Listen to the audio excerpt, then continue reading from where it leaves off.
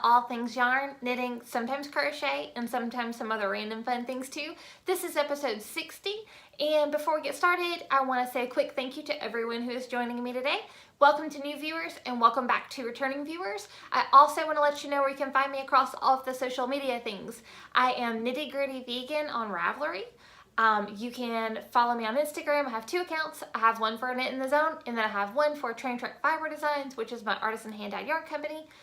You can actually shop my artisan hand-dyed yarn company at traintrackfiberdesigns.com, and you can join the carousel club over there too. I'll tell you about that in a minute.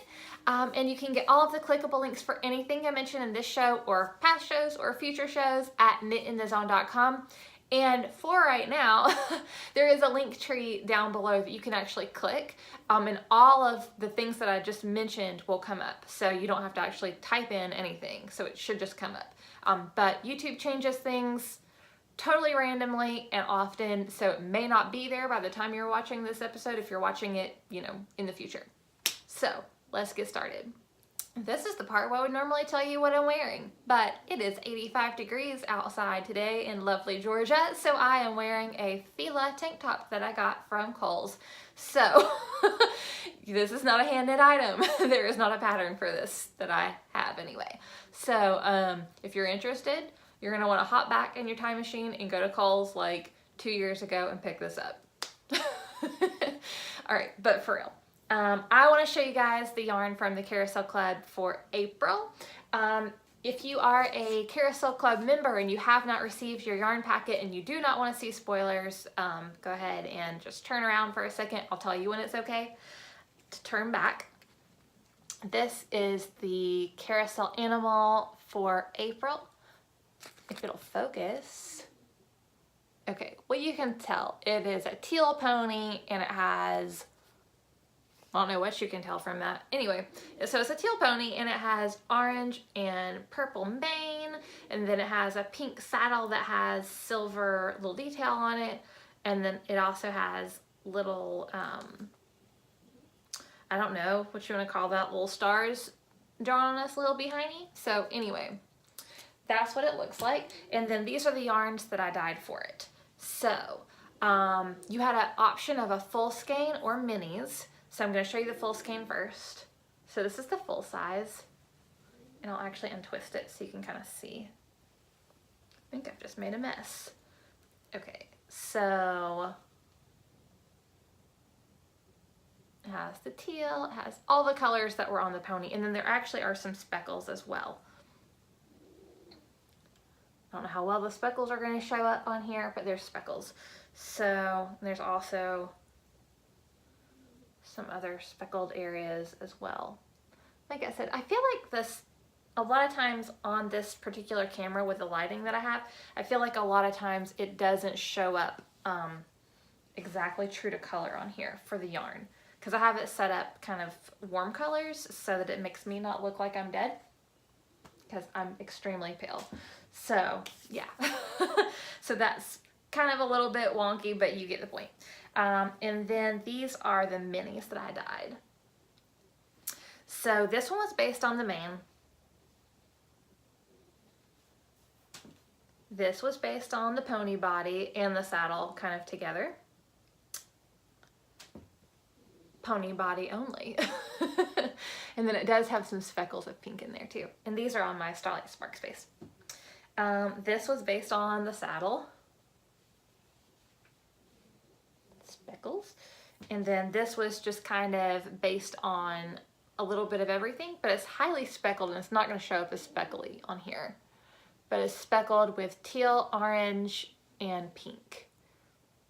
Yeah, it's kind of showing up better back here. Anyway, so that's what the colors looked like. For May, it's a bird, and I don't know what kind of bird this is. It's a carousel bird. I don't know if it's supposed to be a stork or what it is. It kind of reminded me of, what are the birds I'm thinking? A heron? It kind of reminded me of a heron. It's not a heron, but it kind of reminded me of one. And we have herons on the, I don't know if you want to call it a pond, but whatever, the little water area we have back behind my house, we have those. And I just love them. They're so cute. They're such little peaceful guys.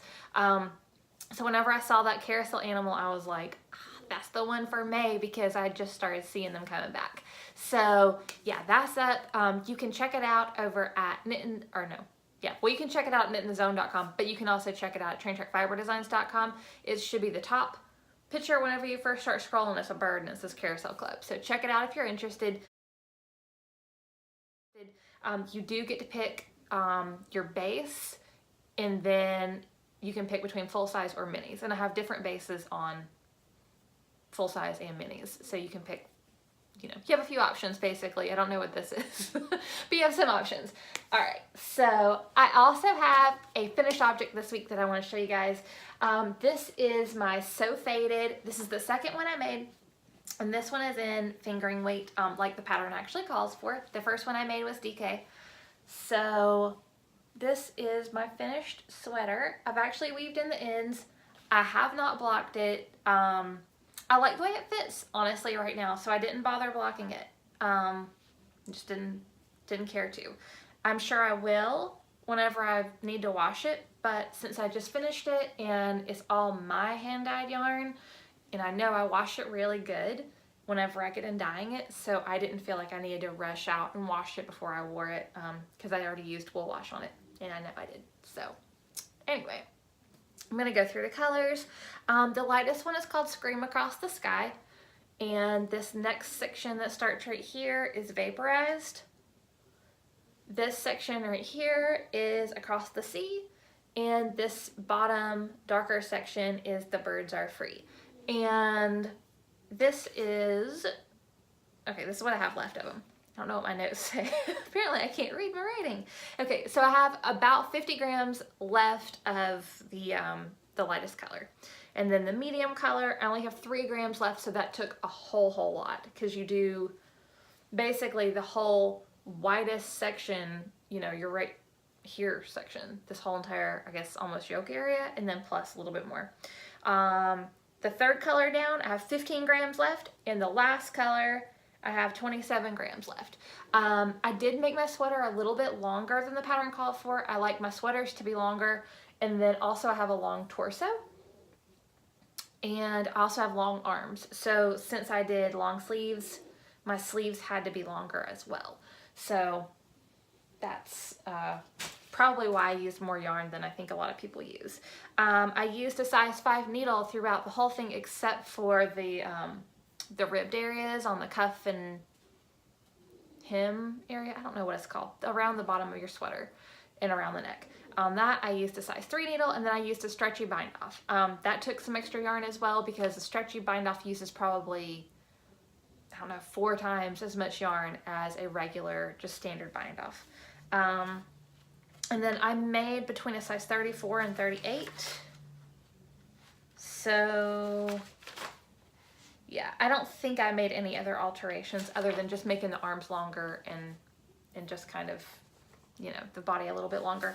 I do have all of the weights of the yarns listed over at the pattern show note, or gosh, I can't talk. The pattern notes on my Ravelry page. There we go. That's what I have it on. So I have that over there if you're interested, if you're making one a similar size, so that way you kind of know, if you have enough yarn, or if you need to maybe incorporate an additional skein or make your sections a little bit different structured than I did. Yeah, but I'm happy with it. I can't wait to wear it. I thought it was going to be cool enough to actually wear it, and it's not. It's 80 something, so I didn't get to wear it today. So I like it a lot though, and I love how it fits. Like, it fits so perfect right now. So I'm sure it'll fit perfect after I block it, and it'll actually look better, but just it fits so good right now. And I made it out of my Meadow MCN base, so super soft, so it has, cashmere in there. So that's awesome. I love it. So I have a few things I'm working on that you guys haven't seen yet. So first thing is hearts and flower socks, and this is a pattern from Wendy D Johnson, and let me see if I can make it. There we go. So heart, flower, and then it actually alternates. So it goes heart, flower, heart, flower, heart, flower, and it'll go, back and forth. It's kind of like a quilt looking situation happening, kind of. And this is the other one. The yarn is Hawthorne by Knit Picks, and the colorway is Fremont. And let me see if I can find my tag. I laid it right here. Here it is. Laid it there and then I knocked it out of the way. So Hawthorne is 80% superwash, fine Highland wool, and 20% polyamide. Is that a word? Anyway, you get 357 yards per 100 gram skein. It is fingering weight yarn. It's machine washable, tumble dry low, all that good stuff. Hawthorne is a super, super tough sock yarn. The reason I decided to use this for these particular socks, two reasons. Number one, I have a lot of Hawthorne in my stash because I went through a huge like Knit Picks phase where I just went crazy on their site. So yeah, I have a lot of Hawthorne in my stash. And so I wanted to work through some of that. The other reason that I felt like it was a good time to do that is because it is getting warmer out. I have a tendency to maybe not wear shoes when I should wear shoes whenever I have hand knit socks on. And I just felt like that yarn is really hardy. So if you walk sock footed on carpet or, you know, whatever, it's not as delicate as MCN, which is what I've been really liking making socks out of. So it's not going to get ruined as easy. Also, I just thought it was a good time to use it. Yeah, basically that's why, because I said so. So yeah, but if you walk around, if you are a person who walks around in the sock foot, or if you have kids you're knitting for, or like probably men, I feel like men are rougher on the hand knit socks than women are. Hawthorne's a good hardy sock yarn. So that's something to check out. I'll link it over at knitanddesign.com for you guys if you're interested in getting some. Before I show you this next thing, this is the book the socks are from. This is Socks from the Toe Up by Wendy D Johnson. If you are a returning viewer, you've probably seen me talk about this several times. I'm working my way through this before I buy any more sock patterns. So I don't have many more to go. I think I only have three more that I'll actually knit. I think there's 2 that I'm not gonna make because they're heavily cabled and I just don't feel like that's time well spent. Cables on socks to me seems kind of like a waste of my time personally. As of right now, there'll probably be a time where I'll knit them eventually, but just right now I just don't, I feel like cables are so tedious, and then if they're going to be in my shoe, it's kind of sad. And then there's actually a pattern for a vanilla sock, and I won't knit that either. I've actually never knit a vanilla sock ever in my life, so I don't know. I might make it eventually, but anyway, I have 3 more, I think, before I'm done with everything I would knit in here. So it's an awesome book, though. I think it was, yeah, it's $22.99. I got it at Barnes & Noble several years ago, and it's awesome. It shows you how to knit socks from the toe up if you're not familiar, and her patterns are just written really well. So if you're looking for a sock book and you want an actual book to hold, this is a good one. She has a lot of patterns on Ravelry too that you can download. All right, I'm really excited about this. So this is my next thing that I started making. This is called the Impressionist. It is a mystery knit along by Helen Stewart. She is Curious Handmade on the internet, basically. I think she's also Hells Bells on Ravelry. And she has a Curious Handmade podcast too. It's an audio podcast that you can listen to. So I'm going to show you my colors of yarn before I actually show you what I've got done. Oh, I have a defense back here.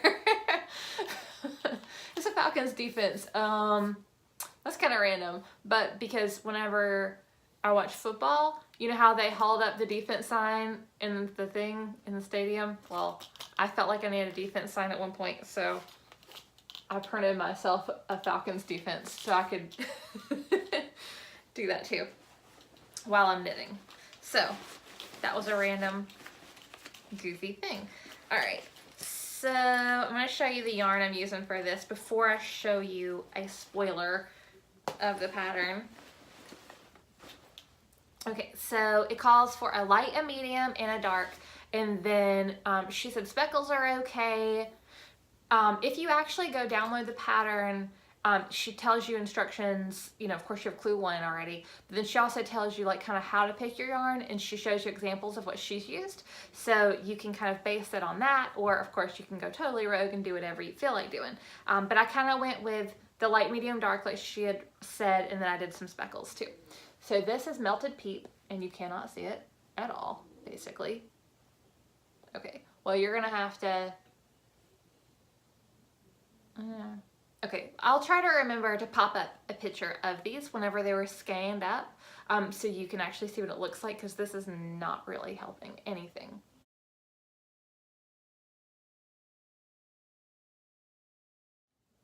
But Melted Peep is pink, white, and then it has blue speckles. So that was my color A.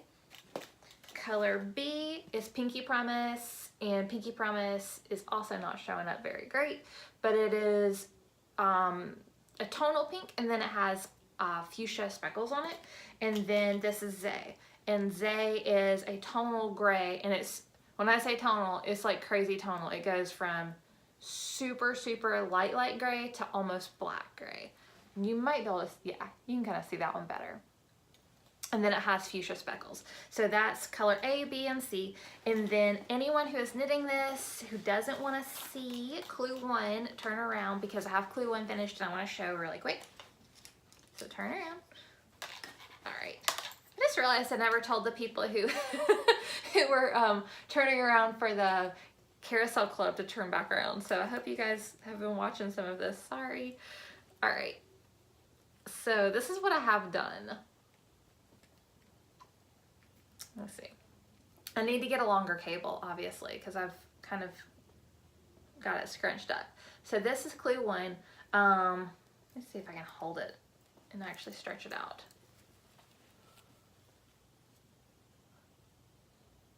You can kind of see how the yarn looks a little bit better in this. And I finally have a little bit of that. You only got to put 2 lines of, or 2 rows of your color C this first time for clue 1. So you can see it right there. And then I really like that. I kind of was on the fence, I wasn't sure, but I like it because look over here, just the way it fell, it worked out really nice. So you can't really see the dark right there. So it just has a little bit of dark every once in a while. And I also like how the speckles landed, so it looks like it's heavily speckled right there. I love that. So anyway, oh, and my stitch marker, or progress keeper, I guess. This is a seahorse, and it is from Knitty by Nature. So yeah, that's clue 1. All right, anyone who was turned around who didn't want to see, you can turn back around because I'm putting it away. So that's clue 1. Clue 2 comes out on April 7th, which is this coming Saturday. If you are interested in knitting it, it's not too late to join by any means. There's only been 1 clue released, and you could actually get it and possibly have it finished in time to get clue 2 and be, you know, on the same page with everybody. I think it lasts, I think it's a 4 clue mystery knit along, and then I think she's letting it run through the end of May. So even if you don't join up, you know, yet, even if you're on the fence and you're not sure, you could even join, you know, a little bit later and still have time to complete it, because I think she's doing prizes and stuff too for, you know, people who participate and actually get in the knit along thread. So that's fun. And I'm doing something a little bit different with this shawl than I've ever done with any project that I've ever made other than socks. I'm actually using BFL. I've never used BFL for anything but socks. I feel like it's one of those yarns that's not made for next to skin. I feel like it's one of those things where you would make it and you would be like, oh, that's gonna be fine, and make a sweater or something and be like, oh, but it itches and I can't do it. But I wanted to try it out because someone, basically I got in a conversation with somebody last weekend, I guess, or maybe the weekend before, about how I wouldn't use, I don't think I said I never had, I think I said I wouldn't use BFL for like a shawl or a sweater. And then I was thinking, I was like, well, I haven't ever done that. So I probably shouldn't just go tell people not to do that because I've never even tried it. So I wanted to try it out on this. And I felt like a shawl was a fine place to start because I'm going to obviously put it over something. I'm not just going to wear it completely next to my skin. Although I would like to be able to use it, with a tank top or something. But if it itches, then it's not the end of the world because, you can always wear it with a long sleeve shirt or something. So it is a little bit rougher because I am an MCN girl, like by far. Like I love MCN. It's so soft and I just like that blend a lot. So I kind of feel like maybe that's the yarn snob coming out. I don't know. But anyway, so yeah, I'm going to see how I like it and actually see if I feel like it would be okay to use for a sweater. I know everyone has their own opinion and what you feel like is soft may not necessarily be what someone else feels like is soft, and what I feel like is appropriate for a project may not be what someone else feels like is appropriate for a project, or whatever, vice versa. So I wanted to actually knit with it and see what I felt like, and that way I can actually speak truly rather than just like, oh well, I think it wouldn't be, or I think it is, or whatever. That way I can actually speak from experience, I guess is what I'm trying to tell you. So, all right, a lot of rambling about nothing, basically. So, I think that's everything. Like I said, the May Carousel Club is open, so go check it out, go sign up, pick your base, pick if you want minis or full-size skeins. I'm so excited about this next colorway. I've already kind of decided what I want to do for the colorway in my mind, so I cannot wait to dye for it. That sounds really bad, doesn't it? I can't wait to dye. But yeah, I cannot wait to dye the yarn for this next colorway. And I don't think I have anything else for you guys knitting related, or really not. Gwyneth Paltrow came out with a podcast last weekend. Maybe the weekend before. I found it a couple days ago. There's only 2 episodes. It's the Goop podcast, and her first guest was Oprah, which is how I found it at all, was because of I saw her on something with Oprah. So the first episode was very like Oprah-y, so that's cool. And then her second episode, it wasn't even actually her, it was somebody from her staff that was talking about how they run their office, basically, and kind of like work culture and ways to communicate with people and things like that. It seems like it's going to be really good, though. Of course, I was a huge fan of the Oprah episode, but then, the other episode, I listened to it and I thought it was great too. It just was not what I expected, I guess. Yeah, I guess that would be a good thing. And the reason it wasn't what I expected was because if it was someone on her staff that was actually doing an interview with somebody rather than her. So I kind of felt like that was a little bit different than what I would expect, but it was still great, and I would have never found those people if it wasn't for her, so, that's cool. But anyway, if you're in the market, I guess, for a new podcast, go check it out if you like that kind of thing. Goop has been a website for many years, and I guess it's kind of controversial. I didn't realize that it was, but she was talking about some stuff that I guess people feel like she's controversial. I don't know. I wasn't really familiar with her stuff before, so it just seems like she's very holistic and like wants to do things like natural, so I guess that's controversial. I don't know. Anyway, I don't really have an opinion one way or another on that, but yeah. So I'm going to quit rambling and I'm going to go now. Thank you guys so much for watching. Please like, share, and subscribe, and I will see you back here next Thursday with another episode of Knit in the Zone. Bye, guys.